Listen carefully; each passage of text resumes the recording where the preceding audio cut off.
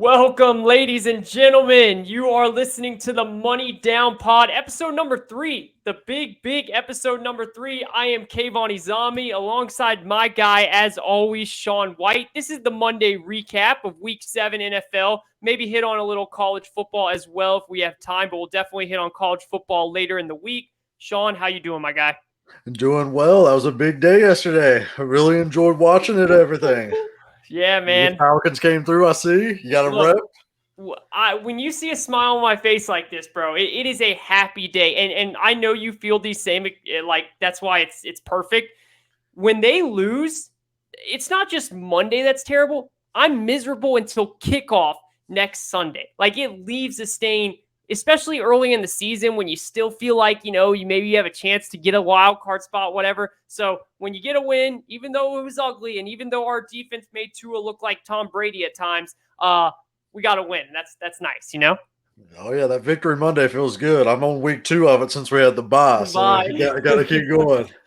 No doubt about it, man. All right, so how this is going to work, this is the Money Down Pod, as always. You can follow us on Twitter, at Money Down Pod. You can find it on YouTube. All of our shows are on YouTube. And soon, very, very soon, they will be on any podcast platform. Spotify, Apple, you name it, you will be able to find it. There's a lot of technical stuff that goes into that, but we are really close, right, Shawn? Oh, yeah, we're close. We got to get some cover art going, get the standards going for the iTunes to accept us for all, on Apple Pod and everything like that. Got to have the cover art, got to have all the legitimate stuff worked out with the RSS feed and everything. Like I said, I'm still learning all the technical stuff. I'm just going to make sure it's done right so that I don't have to worry about having anything go wrong later on in the future. Just make sure it's right the first time. So that's kind of where we're at on that. But YouTube and Twitter is where we're at to start with. So let's keep it going. I'm an idiot. I just got a notification that my computer's about to die. I did not plug it in first. Let me run and get my charger real quick, dude. All right. Yeah, so Kayvon, rookie mistake on the pod, leaving the cord off. But so we had a big day. We had some picks hit right, picks hit wrong. We'll go over that today. We're going to go over some big news. Got the Chiefs going. That was a big story. Had the Falcons win, like he said. Got some Eagles stuff going because that was Kayvon's pick, so he's ready to talk about that. So we're gonna have a good pod today. My guy, way to hold it down. That was the first big blooper of the show. So I'm very sorry, guys. That would have been awful if that turned off on you, Shawn, during the show, dude. I would have felt so bad. So sorry about that, guys. We're back. The Money Down Pod, baby. Episode number 3. Shawn, let's get right into it, man. This is the big time. This is our first recap, dude. And I'm actually really excited that this is our first recap because we were texting about this. There's a lot that happened. I mean, there is really a lot that happened. Shawn's right. I'm going to rage on the Eagles. I will always admit when I'm wrong. You were right. You went against me on that pick, and you were right. We'll get into that. Your Ayuk thing, man, that's something we're going to talk about in the 49ers thing. He's in the doghouse. I mean, dude, he is in the doghouse. We'll get to that. But I think the biggest story is the Chiefs. Look, man, when a Patrick Mahomes, Andy Reid offense has 67 total yards at half, something is wrong. Yeah. 3 points too total for the game. I mean, total. Like it was a rough go at it for Pat Mahomes, and I mean, he's throwing picks, he's fumbling the ball, but really, I think it's just a underlying issue of just trying too hard, just trying to do too much. And also, a weird thing, they must really miss Sammy Watkins, like underrated. Didn't really think it was going to matter all that much with Tyreek and Kelsey, and they might be a little banged up too. I know they're on the injury report, but they really miss having that outside threat on the other side that can really hit those in-breaking routes, out-breaking routes, in the intermediate. And because Kelsey clogs the middle, and then Tyreek's going to hit the flies. But they just don't have a guy like that right now, and Mahomes trying to force too much on those 2 deep safeties. They just don't have anyone to challenge on the other side.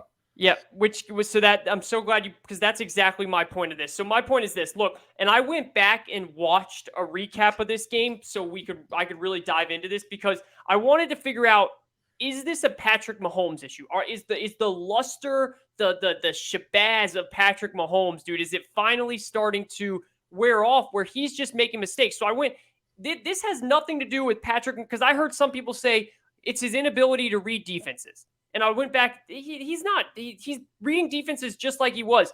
This has everything to do with their position players can't get open.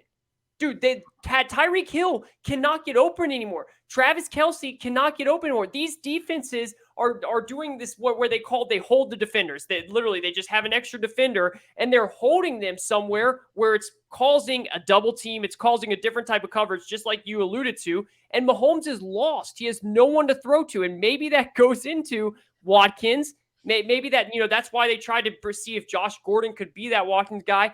And the biggest thing is when you don't have a run game that can then make the defense understand something different. When you don't have a run game, they're just going to keep that extra defender hanging. They're going to do the two safeties, just like you said. And there's nothing that their receivers can't get open. And it has everything to do with they don't have a run game, man. They don't have it's all predictable. Yeah, and even before Edwards-Helaire got hurt, Edwards-Helaire doesn't have the speed element. Edwards-Helaire's getting up on the line, hitting those 7 to 8 yards. And I mean, they're playing so far back. They are coming up and hitting him at 7 to 8, and then they're just playing coverage and trying to get him off the field that way, or either force a turnover. But really, they need a more speedy guy back there. Somebody that's going to cover 10 to 15 yards before those safeties and backers can come up and hit him. And it's just they just don't have that guy. They need to change a pace back to go with Edwards-Helaire, who does the pass catching and all the hard running on the inside. They're really just out of sync offensively right now. And I think Andy can get it right. Don't get me wrong. But one thing that isn't going to improve that I can see happening too is that O-line is a little bit messed up. It is. And I know everyone thought Orlando Brown was going to kind of solve everything. Orlando Brown's been kind of a disappointment. Like, I don't see him getting top left tackle money like he wanted. He kind of bet on himself. He's not playing well right now. No. He's getting beat off the line a ton. It's not going well for him. That O-line is really weak right now. And even though they retooled it, it's just not helping out. And, I mean, Mahomes is paying the price for it. He's getting hit a ton.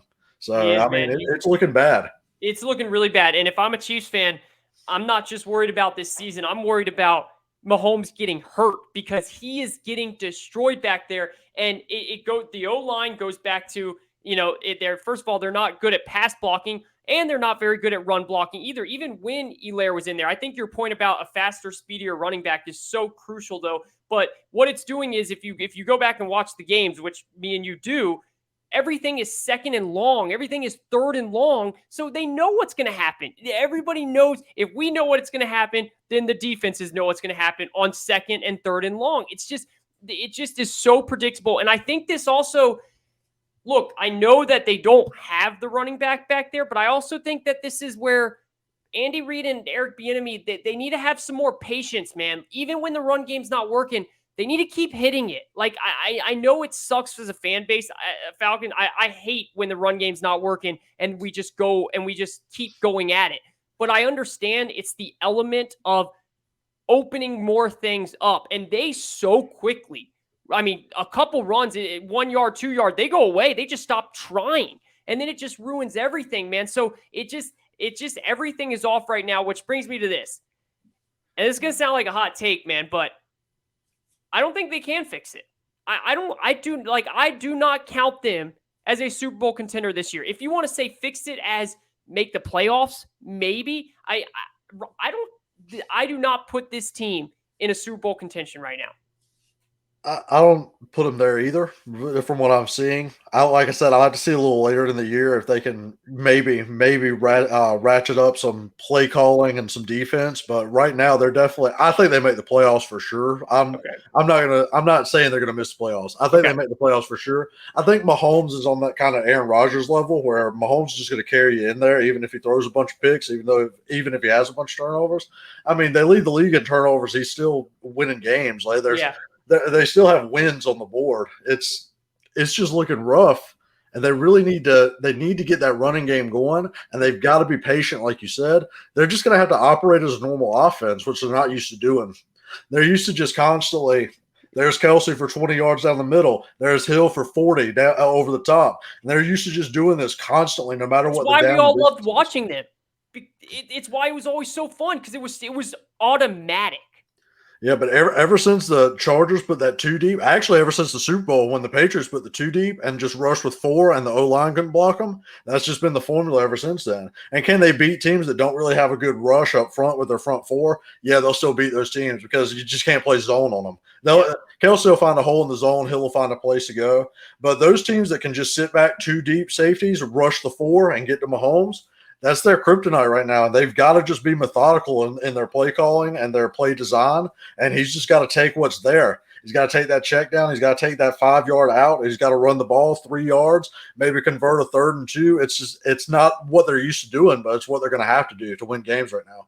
No doubt. And it will be fascinating to see if he is willing to do it. Because he's so talented, it's why he's not doing it. Because he's so talented, he thinks that, no worries. I will hit this. I'll make it work out. They've got to calm it down. They've got to have patience. And they've got to just, like you said exactly, move like a normal offense. Because, again, I agree. I'm not going to say that they don't make the playoffs. I think they definitely make the playoffs. But I can't even put them – I don't put them winning a playoff game right now. I don't put it – I mean, obviously, it depends on who they match up. I just don't see them going anywhere until they do have that. It's incredibly disconcerting. And this is the other part of this. It's not like it's not just anymore where, it's a Chiefs problem. No. Now you have an AFC where the Bengals look awesome. I mean, Joe Burrow is really good. Josh Allen is really good. The Bills are good. The Titans are good. The Colts are starting to get things going, and they're starting – like, it's not where they could just turn the Chargers, where they can just turn it on, everything's good. There's also very good teams now against them. Oh, yeah. And not only that, what I was just talking about the 4-man rush with the two deep safeties, most of those teams you mentioned all can do that. Like, even the Bengals with lesser-named pass rushers, Hendrickson's going to get to the quarterback. They got Jesse Bates in the back end going to cover it up. Like, they can play that type of ball, and Burrow's going to score, like, on that defense. Yeah. I mean, Burrow to chase is going to happen. That's why I'm worried about it. That's exactly why I'm worried about it. It's not just these typical teams where they can just out Mahomes them. It's not going to happen anymore. Again, it will happen to get them to the playoffs, like you said, but there is a serious issue, and I don't want to get all deep into this because I know this is if, ands, or but. I mean, do they make a move? Do they try and trade for Odell? Do they bring in someone that can be a Sammy Watkins? Look, I mean, Odell, and that's something to watch, man. I mean, whatever's happening in Cleveland, eventually he's got to start to, he's going to want that damn ball. And even though when they get it, he's not doing anything with the ball, he's dropping a lot. Do they make a move maybe that can help them out? I mean, we'll see. I think they're going to ride with Josh Gordon, to be honest, but I think they need to make a move on defense if they do anything, or either the O-line. But, I mean, no one's trading O-lineman right now. Like, that's how it is. Once you get in the season, you don't trade O-lineman. No. I mean, maybe they go for like a LJ Collier to put on the inside, maybe stop some of that run game a little bit. Maybe they do something like that, but I mean, it's not going to be anything drastic. No, and the trade deadline, I don't think it's going to be all that active outside of Deshaun, maybe LJ, and maybe one or two others. I really don't think Odell gets moved this year. I think he gets moved in the offseason. Mm-hmm. So we'll see. I doubt he doesn't. I don't think he gets moved either, but I'm just saying that's maybe something to watch. I think that they ride with Josh Gordon too, but it will just be interesting if they try a desperation type move like that, or if they are willing to go watch. I mean, Andy Reid said it. He said he's seeing things that he has not seen before, and he needs to go back and to the drawing board, and hopefully that will get them going. Shawn, if you look at their next 4 games, bro, they've got the Giants, the Packers, the Raiders, and the Cowboys. Look, that's not some easy schedule right there. I mean, 2-2, maybe. Yeah, 2-2 would be a blessing right now for them, probably. I mean, and that's them having to beat the Giants. So, like, they would have to beat the Giants right there, and then you just hope that because I mean, Trayvon Diggs is going to be ready to do some picking off when they play the Cowboys, and I mean, the Raiders are playing about as good as anyone in the league right now. They are. So, yeah, they're. I mean, the Chiefs are worrisome. There's no doubt about it. Again, I have faith in Andy Reid, and I'm not going to be some idiot that comes on here and says Mahomes is bad now, this, that. That's just dumb. But I am worried about his health, and if they keep this up, and if he keeps trying to play hero ball, that's concerning. Oh yeah, especially against those three, because I Yeah, mean, Rodgers, Derek Carr, and Dak's about to put up some points on that defense. So no doubt. he's going to have to slow it down. He's going to have to play methodical and take what the defense gives him, and they're just going to have to play the game that way. So it's going to be interesting to see. Maybe he can get it a little bit going on the Giants, just get some confidence back. Yeah. That everyone needs that one team to come in, get right, that get right game. So They do. we'll see how they play on that Monday night. So that'll be good to watch. That will be a must win, in my opinion, for the Oh yeah, Chiefs. for sure. They can't lose that game. All right, this is the Money Down Pod, the recap show, baby. I am Kayvon and Shawn, my guy Shawn White here. Let's move on. You want to move on to the 49ers? Yeah, because that's the other team that should be really worried right now.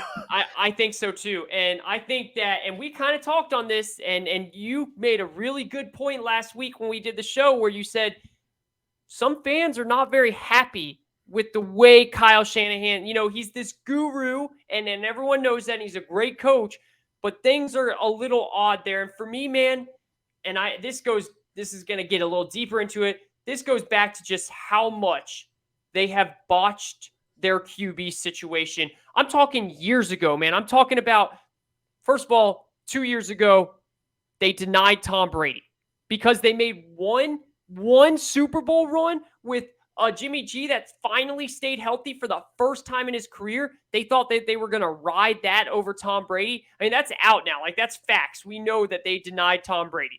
Then, could they have gone for Matthew Stafford? Now, I understand that the Rams, that was kind of, I don't want to call it like an inside job, but that was like, it was set up because the Rams scouting personnel, what Brad Holmes goes to the GM of the Rams, goes GM of the Lions. Detroit was willing to take that salary back if they got another first-round pick. I don't know if the 49ers are going to do all that stuff. The last second, they tried to go in on Aaron Rodgers. My whole point is they have botched this situation, and I really thought that Kyle Shanahan had this thought process that Trey Lance to win over the team immediately. And I think that's the dumbest thought process he could have had. I really think that he thought Trey Lance was going to be a star this year and win over that room, and he hasn't done it yet because he's played one full season of college ball. He's not ready to do it. And anyone that thought that is stupid, and I think they're sitting there with their hands up like, what's up? Because Jimmy G's playing terrible football. Oh yeah, Jimmy G's a problem. I mean, a huge problem. We can get over this whole Jimmy's going to start playing well eventually thing. Like, that's not going to happen. Jimmy is what he is at this point. I mean, if you want to go with botched quarterback situations, I'm not like 1,000% on this term, but I know like what happened in the draft. I'm pretty sure Kyle didn't even scout Mahomes or Deshaun that year. Oh, that's the other thing I wanted. I'm so glad you brought that up. No, he didn't. Didn't they pick like Solomon Thomas? Yeah, Solomon Thomas went. Yeah, they traded back. They were at 2. They traded back one spot when the Bears wanted Trubisky, and I'm pretty sure he didn't even scout the quarterbacks that year. That is. I'm so glad you brought that up, man. That starts it. It goes from that. They didn't even look at those quarterbacks. They didn't even think about it, and then from there on, everything that they've done since. But yeah, Kyle's definitely kind of losing his luster a little bit with the media, and the fans have been lost it for 2 weeks. Fans go first. Like, yeah, if something goes wrong, the fans are going to turn on you quicker than anybody. Then that hometown media is going to start to turn. And if you see some of those Twitter accounts, you see them kind of starting to circle. The Sharks are circling a little bit. Now you kind of got everyone. Even the questions in the postgame, you can tell Kyle's starting to get – because Kyle, like you said, his first couple years, he was the golden boy, man. He leads this Falcons team to the Super Bowl. He makes Matt Ryan look like the best he's ever had. Then he goes and 1 year he has healthy with Jimmy G. Like, everyone was all over him. But now you can see with the questions, the way he's answering it, he is getting frustrated because they're getting on him. I mean, I think everyone was basically two years ago was all about him over McVay. It's like now you wouldn't see anyone pick him over McVay. No way. So you're right, though. I mean, the way plus his play calling, like, full disclosure, I just get into the game a little bit. Full disclosure. So I watch the Jags play when they play at 1:00, and then the 1:00 games I kind of recap. And I'm sure that's what you did with the Falcons playing at 1. This game was at Sunday night. I watched the whole thing. Same. So Kyle came out bye week firing Elijah Mitchell just killing people. I mean, play call after play call. He looked like his old self. He was ready to go. Then he got into this rut. He just has this rut in the middle of games where it's like he can't call plays anymore. Nothing works. Jimmy's throwing random passes. I mean, they can't get Ayuk involved. I thought Ayuk was going to have the touchdown this game. Like I had first touchdown. I had anytime touchdown. I mean, he had one catch for 5 yards. They can't get him involved. I mean, I don't know what's going on. Mohamed Sanu was more active than Ayuk. And that's on coaching. And I mean, you can sit there and say, oh, he's in the doghouse. He doesn't practice hard. At some point, it's the NFL. You got talent or you don't. He had 65 catches last year and you rode with him. I mean, either switch him up, put him in Debo's spot, interchange him a little bit, or do something with him. I mean, let him play. You spent a first-round pick on him. You basically traded DeForest Buckner for him. Yeah. Like, that was part of all that stuff. Those 2 first-round picks. I mean, it's just looking bad for Kyle, and he's going to need to get it going because with this run game the way it is, he's pounding the run game, and Garoppolo's just not doing it. And how about the first time Lance starts, he runs him all these times. Now his knees hurt, and then the time he needs to run him during a monsoon, he's not even available to play. If I was a fan of the 49ers, man, I would have been so mad 2 weeks ago in the way he put Lance. I mean, he could have got Lance killed. And I know some of that was on Lance with his instincts and stuff like it was just an odd play calling. And this game, man, you're right. We texted about it. He came out and Elijah Mitchell looked awesome. I mean, the O-line looked awesome. And I made a bet that Elijah Mitchell would score a touchdown because I was thinking Kyle Shanahan's had 2 weeks to prepare. He's going to script these plays and he's going to come out and do this. And that's what he did. And then immediately he, like you said, he just goes away from it. It's like he feels like he owes Jimmy G to have a big night or something. And he feels like I need to let Jimmy G show what he can do. It's so weird, man. It really is fascinating to watch how this guy was so high up. I mean, and it's just falling. They're 2-4. Yeah, they're 2-4. And like we were talking about play calling, Elijah Mitchell ran down their throat. Jimmy G was doing bootlegs on the first drive. They get the fumble. It looks like it's going to be a huge lead to start with. No bootlegs, no runs, 3 straight passes. Yep. Kick a field goal. Change the game. If they do that, they go up 14-0. They do those run plays, those bootlegs, possibly score a touchdown, go up 14-0. That changes everything. Yeah, and that's a good way to get Wentz to start pressing too, because I mean that's one thing Wentz will do too. Wentz will press and throw some picks himself. I mean he wasn't like completely perfect the whole night, but he definitely still kept him in the game, making play after play, which Jimmy could not do for the 49ers. I mean it's nowhere close. He's a game manager at best, and he's not even doing that very well right now. He's not, man.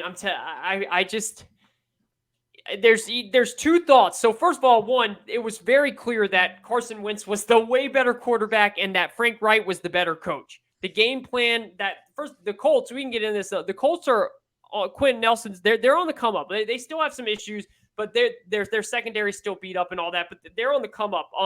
But with this Kyle Shanahan thing, I'm telling you, man, I think he had 2 thoughts. I really think that he thought, one, Jimmy G is still a really damn good quarterback, and if he ever was, but that's what he's, and he's going to be good. Or 2, Trey Lance is going to win over this team with his talent right away. And I just think that's absurd to think, man. And I think that's why he's in this position. That this is exactly why. And then or he wanted Mac Jones, and now he's really pissed off about it. He's not happy and all that stuff, which is another rumor out there. But the 49ers are a big, big issue. They are favored this week on the road in Chicago. Look, I know Chicago's rough right now, but who is going to lay points with this 49ers team right now? And that's a little scary because the Bears just got embarrassed, and they're not going to want to get embarrassed again. So they're going to come out firing. Nagy has the COVID thing, though. But, I mean, at the same time, they've looked a lot better with laser calling plays. I was about to say, that might help. So that might be something to look out for. But on Kyle, though, another point I was going to make with the whole Lance situation is, I mean, you got to get him out there. Like you said, you thought he was gonna bring Lance out or whatever. I think Kyle has one kind of flaw, and it might be a little bit of ego situation. I think he thinks his system's the star. I mean, Great point. the system's great and everything, but I mean, if you look at how Zach Wilson's having to run it, you look at how Jimmy G's running it, and I mean, it's a lot to pick up. So Lance has a lot of learning he has to do coming Yeah. from North Dakota State. But I mean, the system for a while made some average quarterbacks. He made Kirk Cousins look good and everything like that. But then all of a sudden, you see the system with Rodgers and Stafford and all them, and it's like, oh, well, yeah, you kind of need a quarterback because they make it go a whole lot better than what your guy's doing with average talent. So I think he kind of overrates his system a little bit too. And I don't know what he's doing with Lance, but he's going to have to develop Lance this offseason. I don't think it's going to happen this year. I think he's going to probably put him in to get some experience, but He's got to. he's got to develop Lance in the offseason. He's got to swallow that pride. He's got to be like a quarterback coach, fix those mechanics, and get the system around Lance better. Yeah, no, he's got to. And that's the thought of him being way too into his system and overhyped about his system is a really interesting point. It's a good point that he should have noticed when the last 2 years, when Jimmy G has gotten hurt, they have been a terrible football team with their backups in. So that right there tells you that you can't take an average or backup quarterback and be great in this. You still need a good quarterback. Like Kirk Cousins is not anything super special, but he's still a starting caliber quarterback in this league without a doubt. Same with Matt Ryan. He's a very, very good quarterback. Like these guys are different, and I think he has to get Lance in there sooner than later. I'm to the point where I would get Lance in next week if he can. I don't. Why go? We know who Jimmy G is at this point, man. What is the point? Yeah, when he's healthy, he's got to play. That's just no doubt about it. It's time for him to play. He's got to play, and you got to stop running him so damn much at this point. I mean, like we said, Lance scrambled a few times, but that game Lance played, I mean, there was like at least 7 quarterback powers up the middle. Yeah.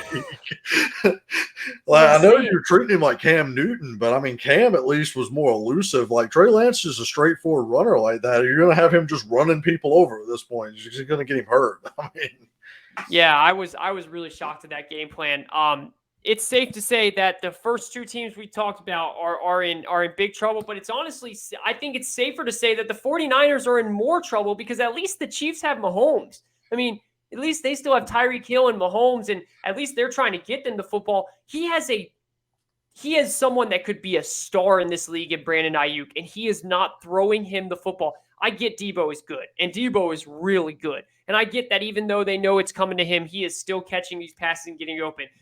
But it's 2 times better if you have Debo and Ayuk, and he's not even using them, man. It's just the 49ers are in more trouble for sure. And I mean, Ayuk's your speed guy. Like Debo's the one breaking tackles. Ayuk's your speed guy. Get it? I mean, hit him with a slant. Give him something. Like let him use some speed. Give him a screen. Anything.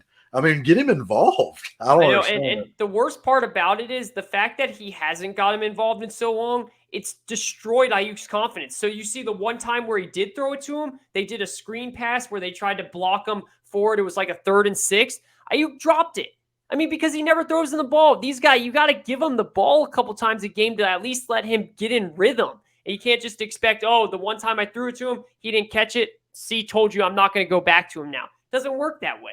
I mean, through the history of the league, though, there's always been receivers like some people like Randy Moss, all of them, that to be engaged, they need to be a part of the game plan early. Yes. Early. You wanted to throw it to them early. You wanted to get them in the week. Hey, we're going to start using you on these first 2 drives right here. I mean, why can't Kyle come to him and be like, here's our game plan. We're going to hit you with this jet sweep on play 6. Be ready for it. We're going to get you this quick screen on play 10 in the script if we get this look. I mean, give him 3 or 4 plays in that opening script and get him involved so that he's in the flow of the game, so that he's engaged. I mean, not every player is going to sit there and be a film junkie, and that's your job as a scout and as a coach to know that going in. You drafted this player. It's time for you to play him. Get him involved. Yeah, especially when he's as talented as he is. It's completely on him. And I know fantasy managers are super pissed off about that because, again, last year he looked incredible. This is the Money Down Pod. Kayvon and Shawn White here. Recap episode of Week 7 NFL. Geez, man, Week 7. Like, time is flying. It sucks. Bengals? You want to hit on the Bengals? Yeah, we can hit on the Bengals before you just absolutely destroy the Eagles. Yeah. Well, then we'll go to the Eagles. Start us off so, with the Bengals, bro. so the Bengals, that was actually my third and short pick. I had a good feeling about them. I wanted to play them on the money line. I was just all in on the Bengals this week. Well Thought the done. Well done. Ravens had three straight like emotional type games, or either they were just blowing people out. They were due to come down a little bit. And like I said, the Bengals came out with something to prove, and they didn't win that Packers game. They wanted to show, hey, we're a legit team. Yep. And they came out definitely playing like that. Burrow came out with all the confidence in the world. Chase is a superstar already. I mean, he's incredible. And that defense came out with a game plan, and they really put it to Lamar. So the Bengals are legit this year. They might be a year sooner than everyone kind of thought. But that's what happens when you have really good quarterback play and you get him weapons around. They protect him. It's all good. I mean, the team's way better than we thought, and that's kind of how it goes in the league. Way better. Yeah. So first of all, great call by that. You know, I said I agree with you on that pick, but I wasn't confident in the money line like you were, and that game was over by the start of the third quarter, right? I mean, that was over. Look, you know, that game solidified who they are, but I'm going to take us to the game last week against Detroit, and a lot of you guys are going to think I'm crazy for saying this, but they were the first team all season to actually put the clamps down on Detroit. Look, Detroit, as bad as they are, they've been in every single game. They have made it a single possession in the fourth quarter of every single game since he went out there at the start, and they mollywopped him. And that after that game, I noticed, okay, like this team's legit. They're not playing around. And then what they do to come out in this game, it just showed to everyone out there that this team is real. And, you know, the most impressive part is the defense.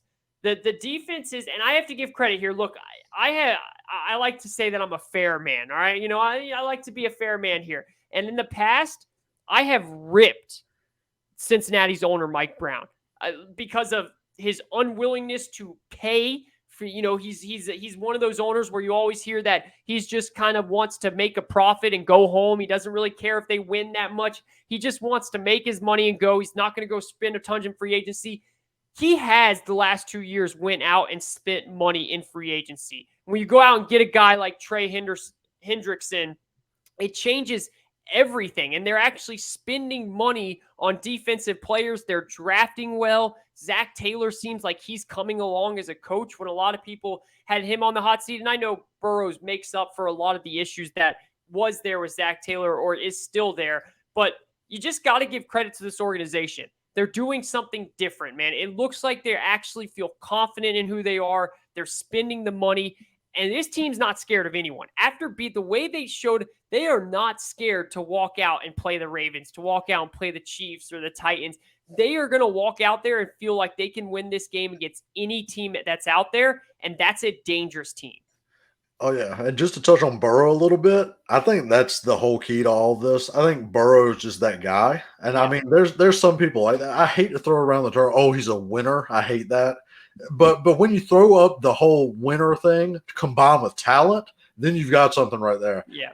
He can overcome things. That's just what it is. He can overcome this Bengals organization, even if they were to kind of go down. And you're right, Mike Brown's done a good job drafting. For a while, I've hated how they move in the draft. They literally stay in the same spot no matter what. I've hated that for a while. Some of their picks always kind of befuddled me, but the way they've been drafting, that's what I'm saying. I've ripped them before. I agree. But the way they've been drafting these last 2 years, I did love the Hendrickson pickup, obviously, and Jesse Bates is a baller on the back end. But I mean, Burrow is definitely one to elevate a team. He's definitely the one bringing the team on his back. He's that type of player. And I mean, they're arriving a year early. Like I said, if I was going to call it, I would have said they would do something like this next year. But no, they're just a year early, and that's what happens when you have really, really great quarterback play along with a ton of talent around him. He kind of just elevates the talent around him through him. He's just bringing it all along with him. Those three receivers are ballers. Higgins, Tyler Boyd, Chase. I mean, he's making Uzoma look good. I had that call too on daily Yeah, fantasy. yeah. I'm so glad you brought that up. I was Like, going to if you did. like I said, he was underrated at 3,000. I kind of felt like Burrow was going to hit him a few times, and he did. 91 and 2 touchdowns. I mean, Mixon. I've kind of been down on Mixon for years, Yeah. fantasy wise and as a player. But I mean, when he stayed They're healthy, running Pirine a lot too. I mean, I think I Yeah. saw Pirine got 11 carries and Mixon got 12. Like they're running them both.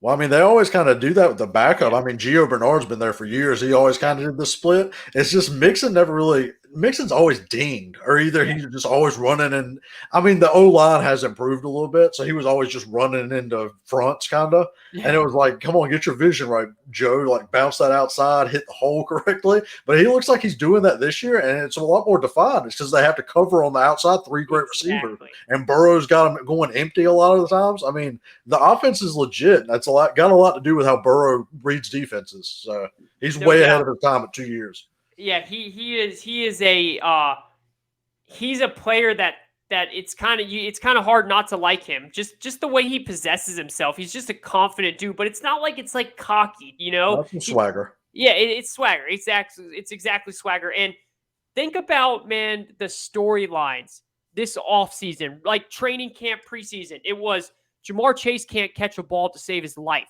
I mean, we were talking about, we had people going out to those practices to see why he's dropping so many passes. It was Joe Burrow is skittish to put his plant foot down because of the injury. You know, he's showing a little skid. He's throwing interceptions. He's not comfortable in the pocket. Like, a lot of that was happening, and then to come into the season where they should have beat Cincinnati. They should have beat the Packers. They really should have. The Bears game, if they had like 10 extra minutes, they would have won that game because they were coming back. That was Burrow's worst game of the season. And personally, man, I feel happy when tortured fan bases get something like this going for them, because we can speak to it.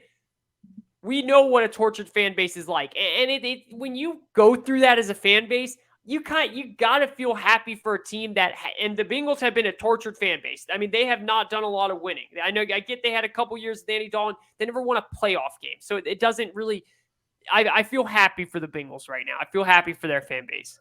Oh yeah, the fan base for sure. I'm a fan of 3 dumpster fires usually. I mean, Jags, Sacramento Kings, Pittsburgh Pirates. I mean, just bottom tier teams all the way through usually. So anytime you can raise up out of that, I mean, I have to feel good for the fan base, obviously. I mean, it's rough out there for teams like that. So the Browns, the Bengals winning, it makes me so happy to see, because I know exactly how that feels. The Cardinals kind of coming up and being as good as they are, even though they've had more recent success. But in the history, they've all kind of been down over time. Yeah. So it's really nice to see fan bases like that, like you said. And like I said, it's nice when a player can elevate like that. Like, I mean, we talked about the Browns. The Browns are coming up on talent. It's not really Baker carrying them. No. But, I mean, Burrow's carrying the Bengals, and it's great to have that. I mean, you're going to see a bunch of number 9 jerseys out there, like everywhere. I mean, it's on when you bring up the Browns, it's honestly kind of the opposite. Like, the Browns are doing it with really good talent, drafting, all that stuff, and good coaching. I think Kevin Stefanski's a great coach, while the Bengals are doing it with Burrow, and then there is talent around him, but Burrow's elevating everything. And you know, I don't want to get into this, but you as a Jags fan, like, you should be looking at this, and this is what you should be seeing in a year or two, because I believe that Trevor Lawrence is exactly the guy that is going to do the same thing. Like, that's what Jags fans should be looking at the Bengals and saying, okay, if we can get a receiver like Jamar Chase, if we can get a couple weapons out there, this is what's going to happen with us, because Trevor Lawrence is that same dude. Yeah, I mean, you can see the trajectory. I mean, I'll talk about this for like a couple minutes, just not too long, or else I'll go on a long tangent. I brought it up, so that's it. Yeah, no, so that's what we're seeing kind of. Last year before Burrow got hurt, he had some shaky starts, and everyone kind of was down on him a little bit. Then he started turning around, but then he got the injury. So all that's what's kind of happened with Trevor this year. It is. And I kind of want to point this out. I mean, the Jags played the Bengals about as tough as anybody this year. So for sure. I mean, man, you you kick that field goal instead of go for it on 4th and goal, or you get that 4th and goal, you win that game. Or you make the field goal you missed. Yeah, or you make the field goal. No doubt. And that's what I'm saying about what you're seeing with Trevor. Not just that game.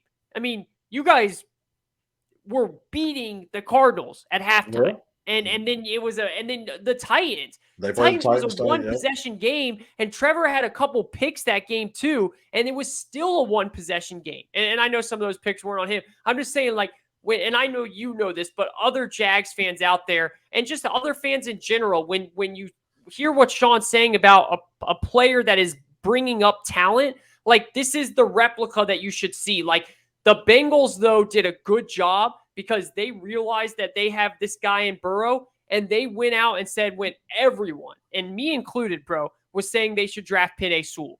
They said, nah, we're going to listen to our guy who wants Jamar Chase. We're going to go out and get him. And I kind of respect that.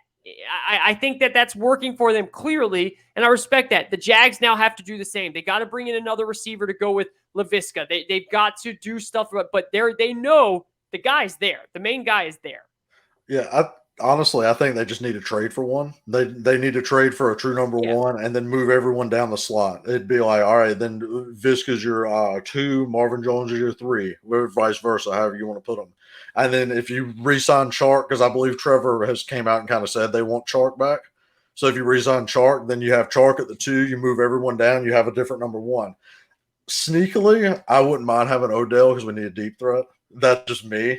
That'd be a sneaky move to me. Odell might thrive in Jacksonville because, first of all, it gets him out of the spotlight. And second, he can go be the number 1 again. Like, there's something, it almost feels like Odell needs a place like that, man. Like, that actually is not a bad call.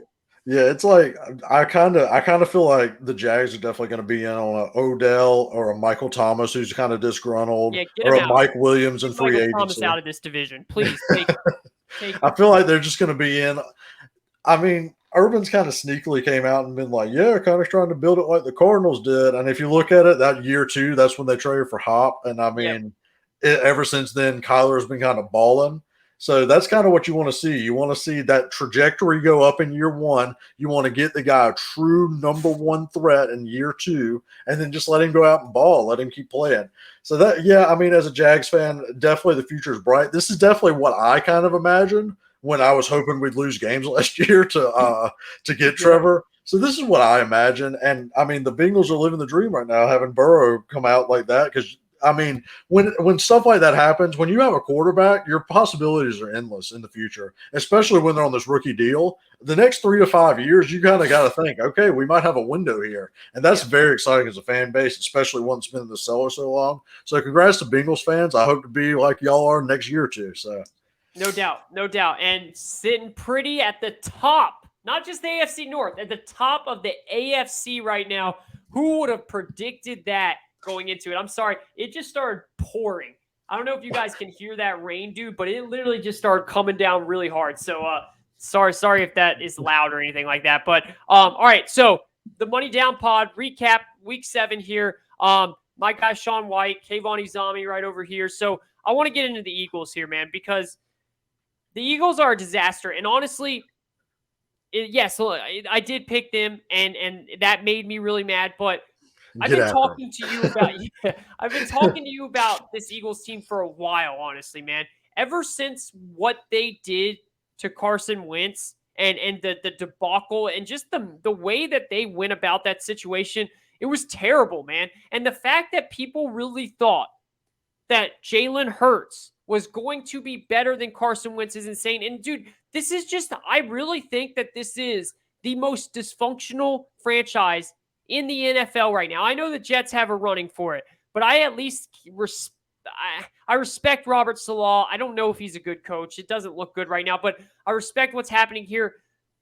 Dude, first of all, they fired Doug Peterson. Doug Peterson, whatever you want to say about him, yes, he was bad with the media. Yes, he had issues with the whole situation of, do I start Wentz? Do I start Hurts? He went about that terrible. He still was a damn good coach. He always had that team, no matter the amount of injuries they had, no matter what was happening with Wentz, he still always had that team in the running to win the division at the end of the year. And I understand that division was bad, but he still always had them there. They fired him. They still let Howie Roseman have a job for God knows what reason. What has Howie Roseman done to show that this dude still deserves his job? There's nothing. Picked like 3 quarterbacks. Yeah, and whiff on them all, right? That's it. And then now this is, if I have a serious question now for Eagles fans. You are sitting there right now where you're going to get a first-round pick from the Dolphins. You're going to get a first-round pick for yourself, which is going to be very high because you guys suck. And then you might get a decent first-round pick from the Colts. I think the Colts are going to go on a good winning. I think that will be bottom first round, mid to bottom first round. You're going to have 3 first-round picks. Do you really have faith that Howie Roseman is going to do something good with those picks? What, Jalen Reagor instead of Justin Jefferson? Like, what is Howie Roseman? You cannot feel comfortable right now if you're an Eagles fan knowing that Howie Roseman's going to make those picks. You can't feel comfortable knowing if Jalen Hurts is going to be your quarterback. I love Jalen Hurts, the person. He's a great guy. He's a hard worker. Man, he just can't throw an accurate football to save his life. He just can't. Am I wrong about anything I'm saying here? No, and the biggest point that you're kind of bringing up that I'll hammer home is you had a situation where Carson Wentz and Doug Peterson did not get along anymore, and you fired them both, essentially. Like, yeah, they didn't even you didn't pick a side. I mean, either take your Super Bowl winning coach or your almost MVP level quarterback that one year that's just been struggling and get him a new coach. I mean, it's one or the other, and you just got rid of them both.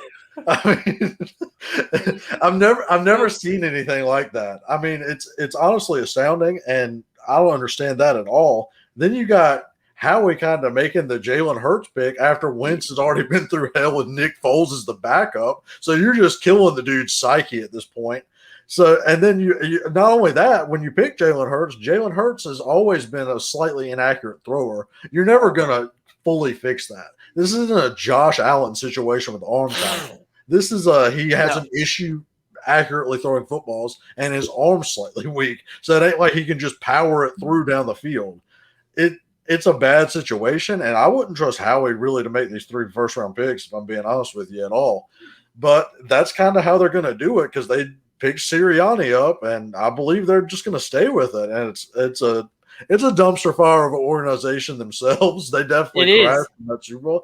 I mean, you got Jason Kelsey out there doing all this, talking about Ben Simmons. I know, man. Focus on your own team. Seriously, man. Focus on your offensive line. Like, focus on your own team. It's just a disgrace, dude. And it's the thing that you said there is what frustrates me the most. The fact that we all knew that Carson Wentz had issues with this Nick Foles thing, which, by the way, for everyone out there that calls him a mentally weak dude, imagine you being the starting quarterback of a team that has them 13-3. You lead them to an MVP year for yourself. You lead them to the number 1 pick. I mean, the number 1 spot in the number 1 standings in the NFC. And then this guy comes in and wins the Super Bowl because you get hurt. How would you feel mentally knowing that guy's behind your back all the time? And then how would you feel once that guy finally leaves? They bring in someone else, not from the 5th round, not from the 7th round. They bring in a Heisman runner-up. They bring in a Heisman runner-up in the 2nd round to then watch over your shoulders again. Anybody with any type of mindset is going to feel disgruntled and worried about that. That's just how life is. That's how your psychology works. Like, it's the most stupid thing I've ever seen. And I'm happy that Wentz is out of there. And you could tell by his play Sunday night, he is so happy, man. He is so happy. Frank Wright is so happy. Those Colts players love Wentz. It could not be a better situation for him now than what it was. Yeah, I mean, Frank's definitely like a top-tier coach, and he had a lot to do with Wentz's success anyway, so that was definitely a match made in heaven. And like you said, though, don't even imagine being a quarterback. Imagine just calling into your job one day and not showing up, and the guy that they replace you with for the day, everyone's just talking about how great he is and how much better he does what you do. It's like, and they put a statue outside there. Imagine that. They put a statue outside your job of that guy. Yeah, and then you go back to work the next day, and all of a sudden everyone's like, "Yeah, well, you remember when old Nick was doing your job 2 days ago? I mean, it was running smooth." Is all I'm saying. I mean, it wouldn't work for anyone, really. No. And it's a terrible situation. So anyone roasting Wentz over that, I never understood. And I mean, he's with the Colts now, and they're in division of the team I love. But I've got to respect Wentz and Frank, like I always have. I respect the Colts organization in general. I mean, they were kind of a joke when Luck was there, and they really ruined his talent. They've really turned it around now with Grigson and with Grigson out of the way and Ballard being in there. So they definitely have the respect now. And Wentz is definitely thriving, and you can tell it. And an overarching point that I've kind of had to make, and we'll make more on Thursday about these college quarterbacks, there's going to be so many jobs that need to be filled quarterback wise, and the Colts are definitely not one of them. So they're in good shape. Can't wait to talk about that.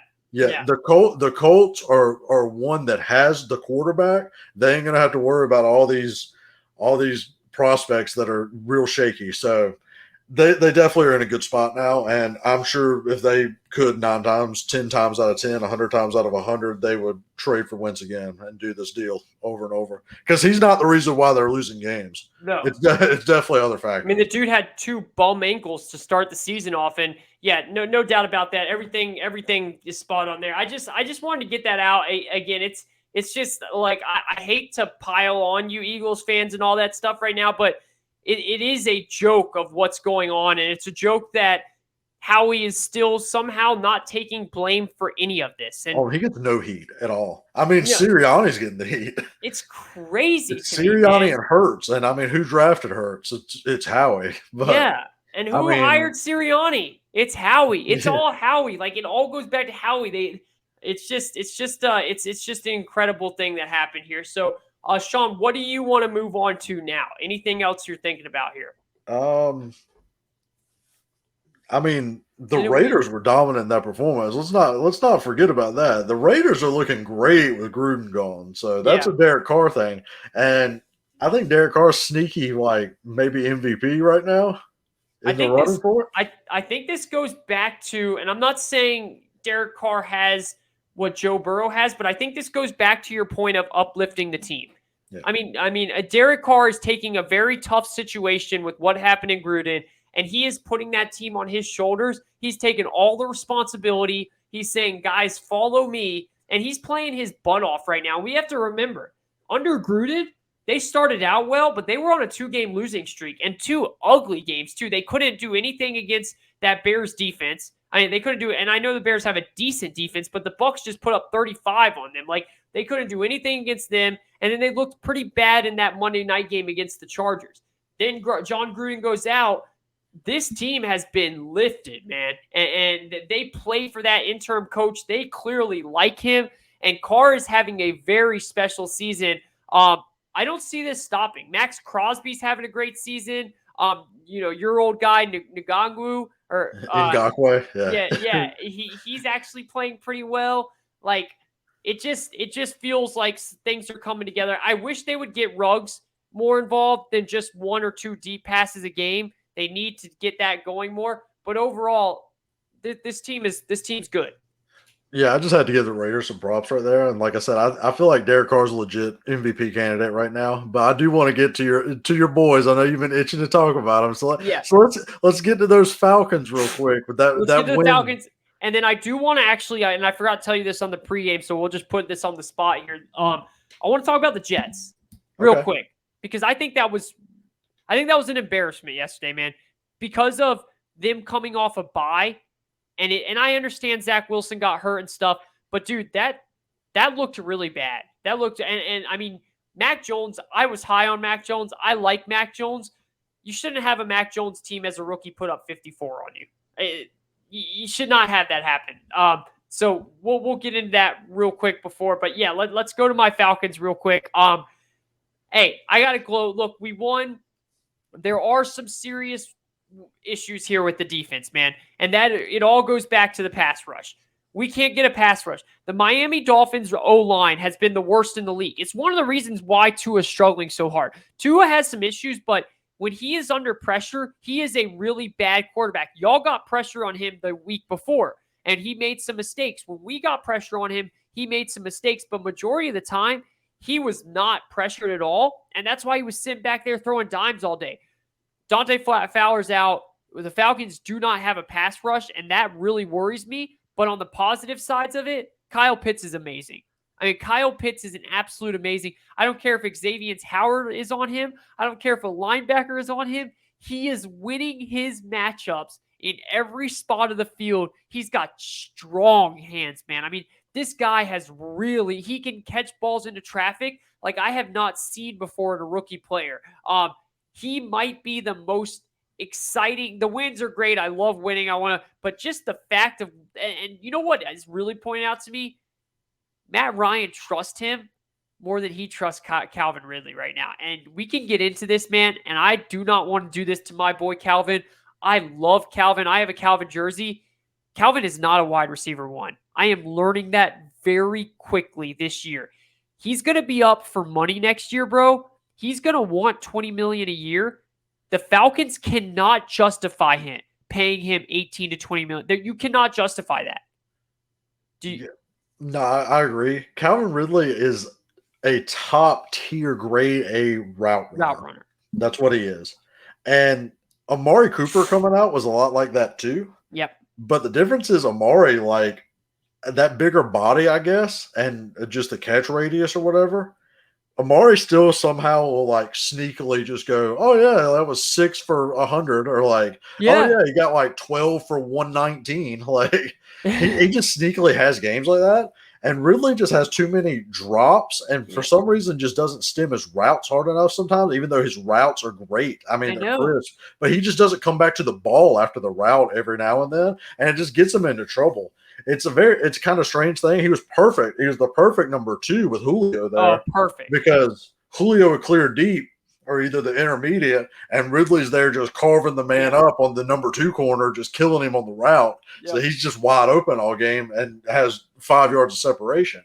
But you're right. It's kind of a strange situation because he's not a number 1, but you don't have a number 1 receiver. You have a top tight end, which isn't going to get your receiver number 2 open.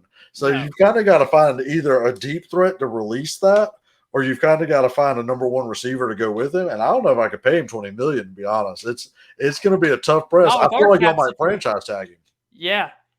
And with our cap situation already being in cap hell, it's going to be very hard to justify that. And I hate that because, like you said, I think Ridley has a bunch of talent.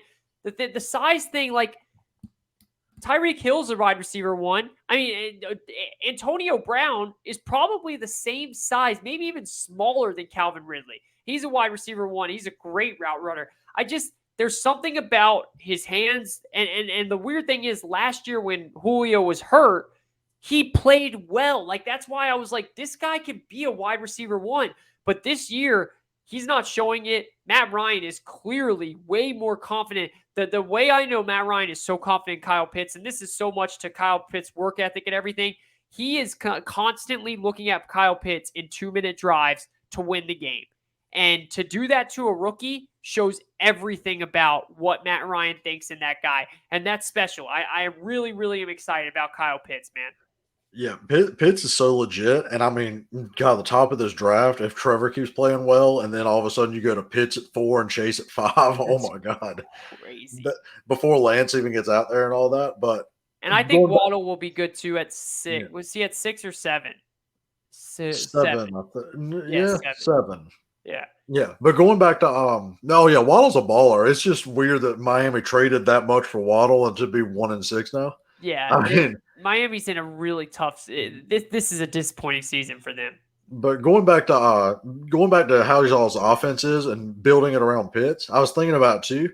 If you're not going to get a true number 1, what you can do is just match Ridley up with another number 2, where Pitts is your big option. But you just got to get a big body receiver. And what made me think about it is, I know Trevor wanted to sign Chark back, but after this ankle injury, if he wants a prove it deal and y'all could sign Chark, that'd be perfect for y'all's offense. That actually that's like the perfect prototype player that's like a solid number 2 to go with Ridley's number 2 that plays a different style as him. And then all of a sudden you have the 3 weapons right there. So that's the kind of type of thing you need to do if you're not going to get a 1. You need to get somebody in that same body mold and play style to round out the offense essentially. But that's a phenomenal point. That's a phenomenal point. I love that. And real last thing on the Falcons, and we can move on here. Terry Fontenot is going to be under the pressure because, again, Falcons fans know this, so I'm not going to get too deep in it. we're not going to be cap free until next year. Not this year, next year. So this year we did a bunch of 1-year deals with veterans and guys like Cordero Patterson, who's been awesome. This year it's going to be really interesting to see how we will have a little bit more cap, but it's still not going to be the big cap. So it'll be interesting to see how we go about it. Maybe we can find someone in the draft. I would love Chark. I think that's awesome. Moving on here. Do you want to hit on? I want to hear your thoughts on the Jets, man, because I just want to. I'm just so shocked. Well, first of all, we talked about this, but the listeners haven't. To hit on this quick, did you like the Salah hire? See, I can't go into that as good. I'm gonna be honest with you. I have a distinct bias against D coordinators that run that style of defense. So I had to watch Gus Bradley for years. Yep. And then once Gus Bradley got fired, we retained his defensive coordinator when they retained Marone. So I watched the same defense from about 2012 until just last year. And I just hate the defense because it's all about the type of talent you have. Yeah. Which I don't think as a D coordinator, you should be reliant that much on talent. And it's weird because Gus is doing very well with the Raiders. But why is Gus doing well with the Raiders? Crosby and Ngakoue is constantly in the backfield, and it's making up for the back end. Playing and their then all of a minds sudden, out. that defense works. It's something when it's Seattle and you have the Legion of Boom in the back and all of them going, and then they just shut you also down. have Michael Bennett running up the middle, causing chaos. And I mean, at the beginning, you had Averill you had Averill and Chris Clemens in the beginning, and they could go off the edge at the wide 9, and then you have Bobby Wagner and KJ Wright in the middle. I mean, they're just dominant. So it doesn't. I mean, Pete Carroll came up with the defense; that's his baby, and then Gus learned it from him. Dan Quinn learned it from him. Yeah. But you can see Dan Quinn. I'll give him credit; he's kind of adapted it a little bit in Dallas, and that's what you got to do. You got to tweak things. But Saleh, he had it in the 49ers, right? So the Niners defense was dominant. Oh, my, dominant. Using that same style. But they had Sherman and Verrett were healthy and still playing well. Yep. They have Jaquiski Tart out in the back end that did well. Warner's one of the best linebackers in the game. Yep. And their D-line was so filthy. They had Bosa, Armstead, DeForest Buckner, and D Ford rushing. I mean, with that D-line, you could run any scheme on the back end. Yeah, you can run any coverage on the back end. They're going to get home. So it's a little weird. I don't like the hire because I don't like the scheme. Yeah. But he doesn't. I'm not going to lie. The Jets' defense isn't the issue. No, it's really the coaching on offense. Because how do you come out awful on script every week? They're terrible in the first quarter. I don't understand that. They haven't scored. We are 7 weeks in, 6 weeks for them because they had a bye. They do not have a point in the first quarter. Not a field goal. They do not have a point, and that is directly on coaching, man. I mean, at some point, come together with a script that is going to give them some confidence right off the bat. It is, if I'm a Jets fan, it is a trickle-down effect now where I'm now worried about Zach Wilson. Not because Zach Wilson is bad or anything, because of just the offensive play calling. The line's not good. Now Zach Wilson's hurt. They didn't even have a veteran backup behind him. They just had to trade for Joe Flacco. And I like Joe Douglas. And I think Joe Douglas, I liked his drafts. I like the way he drafts. But this is not good for the Jets. I even thought that the Jets were going to be better this year. I didn't think they were going to be anywhere near to a playoff team. But I thought that they were going to show signs of being better. They haven't at all. I mean, what you said was the whole point, and I like Joe Douglas, but it was just malpractice to not have a veteran behind Zach Wilson. Completely. Because what I have also noticed is he's getting killed on protections. Their offensive line is young, and he is also young, and he doesn't have a veteran presence to teach him protections. Yep. which is a big thing that backup quarterbacks do throughout the game on the iPad when they're sitting over there together, Yep. and also in the week of prep leading up to the game. He doesn't have that at all. And I mean, even the worst backups you can think that, I wouldn't want him to start a game. They understand protections. They're almost like having an extra coach. So when you see someone like CJ Beathard behind Trevor, or you see someone like Chase Daniel behind Herbert, or you see someone like that, you wouldn't want them to ever start a game for you because you're going to lose most likely. Like you'd have to play a perfect game and everything would have to break your way. But having that to help protections and to help with the quarterback through the game and the game plan and keeping them on track, that's invaluable. And they have Mike White behind him, and Mike White actually had better play calls for him once he went in the game. I mean, I don't know where those play calls were when Zach Wilson was in, but they definitely changed the game plan up and it looked better. It did. It's very strange. I know LaFleur's a first-time play caller, and again, it's that Shanahan scheme. And I don't really know. I mean, Michael Carter, I like him coming out, but he's a rookie too. I mean, they just have so many young players playing. Their protections just aren't set right.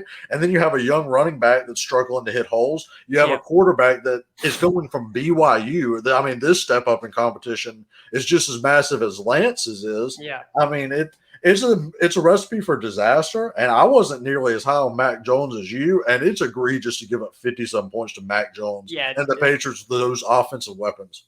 It is. It's so well said. We can leave it at that for the Jets, but it's. I wanted to hit on that because I cannot wrap my head around the fact. And just for like you said, you don't want these backups in the game. You bring them there to pay them to be another coach. It is literally another coach specifically for that guy. And the fact that all off season they didn't think to have that, it's malpractice. You said it perfect. And the offensive play calling is terrible. I don't think that they bring LaFleur back. I don't think they could. I mean, maybe they hope with an off season and everything. I don't know, but they got to get that right. I think things are messed up there big time. Anything else you're thinking about here? Any notes? There's one more that if we can get into for maybe about 5 minutes here before we end the pod. Darnold ain't that guy, so the Panthers are in deep trouble. I know you sent out a tweet talking about Tepper maybe trading for Watson before the game ends and stuff. I mean, that is just disgusting. And just a disclaimer: me and you are both from North Carolina, so we're surrounded by Panther fans. Oh yeah. I mean, some of my best friends are Panther fans. I mean, you're a Falcons fan. I'm a Jags fan. So it's always nice to like mess with them and everything. Yeah. But man, they are playing so bad these last 3 games. And Darnold is playing, I mean, just as bad as his Jets days. And that's on him at this point. I mean, he's just a bad decision maker. And sometimes you just got to accept that. Even though your situation was bad, you're still making these decisions. Yeah. And, he is one of those quarterbacks where when things start to go bad, they downfall. In a game when there's some quarterbacks out there. I've noticed Matt Ryan's like this. I've noticed Trevor's like this early. If they throw a pick or two, they can mentally bounce back and physically bounce back where they can still put together a damn good game. Brady is like this, and it's not even just the great ones, like just decent quarterbacks like that. They forget about it. They forget about it. They have the short-term memory. I have noticed with Darnold, if he goes out there in the first quarter, the first half, and has a bad half and throws a pick or fumbles the ball, it's immediately an avalanche. It is a downhill slide.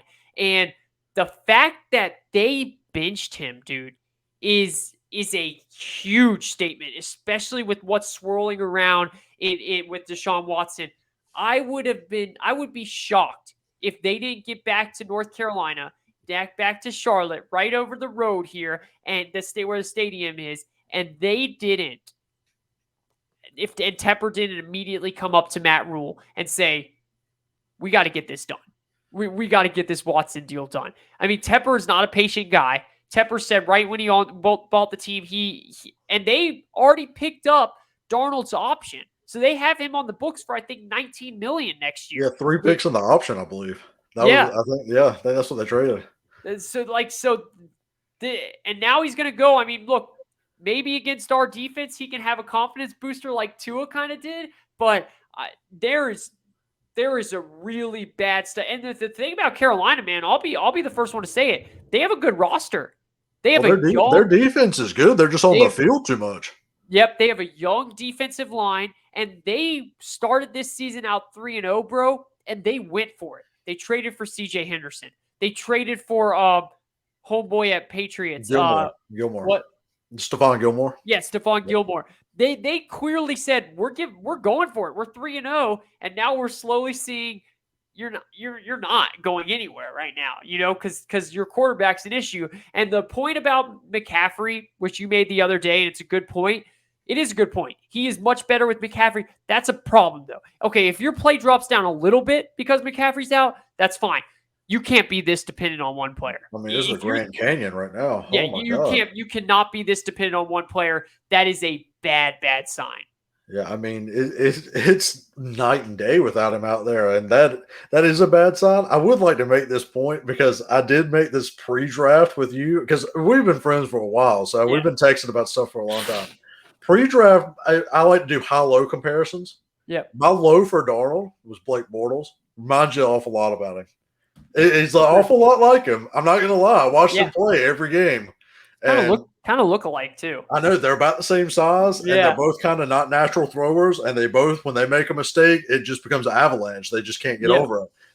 Their decision-making's on. And it's kind of weird, man. It's a lot like it. Both number 3 picks in the draft to bad franchises. It's a really funny point. I mean, very, very interesting point. If you go back and look at that draft, man, it's a very, I mean, right now, I think very, very landslide could say Josh Allen and Lamar would be the first 2 picks in that draft, obvious, I mean, so many people were wrong on that one. I mean, I think I had Darnold and Rosen. You really liked Rosen. I love Rosen. Yeah. You were big on Rosen. I mean, a bunch of people whipped on Rosen. Yeah.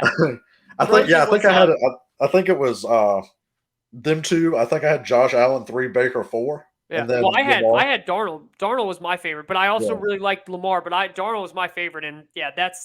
But I was not one of these people that thought that Darnold was going to go and rejuvenate his career in Carolina. I thought he would be better. I thought that was like, come on, he's got to be better. But I was not sold that this was going to be their guy. And now you're hearing rumors that Watson's open to a couple teams. I think. I hate to say it, man, but I think that we definitely could see Watson in Carolina. And again, I have an overarching takeaway. Like I said, there's going to be so many openings and a lack of quarterbacks to fill them. And one thing that I will say, after watching Tua play for 2 weeks, he's definitely going to start next year. He'll start somewhere because there's going to be an opening for him. Somebody's going to take a chance on him because there's just not enough. So, man, he's still young. He hasn't even started a full season. The guy deserves a chance. Like I said last show, Miami's just not giving him that chance. He deserves a chance.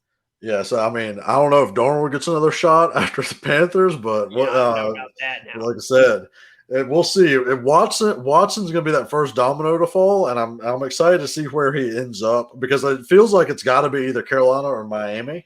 Yeah, and it's going to be interesting to see what he goes for at this point because Carolina don't have a ton of picks either. They've been trading picks left and right, so it's going to be like 3 futures down the line. Yeah. So, I mean, or maybe a player. It's gonna be interesting to see, and I'm hyped for it. And I'm hoping it will happen around the time of the pod at the end of this week. Same. We'll talk about it, get in depth with it. But, no, that would be awesome, and that's why I think, to your exact point, that's why I think the Texans are sitting over here saying, please give us a Miami area code calling us because they want those picks that Miami has. At least Miami has their the 49ers picks, which look like it could be a good pick with the way things are going. So Panthers don't have a lot. So that's a good point.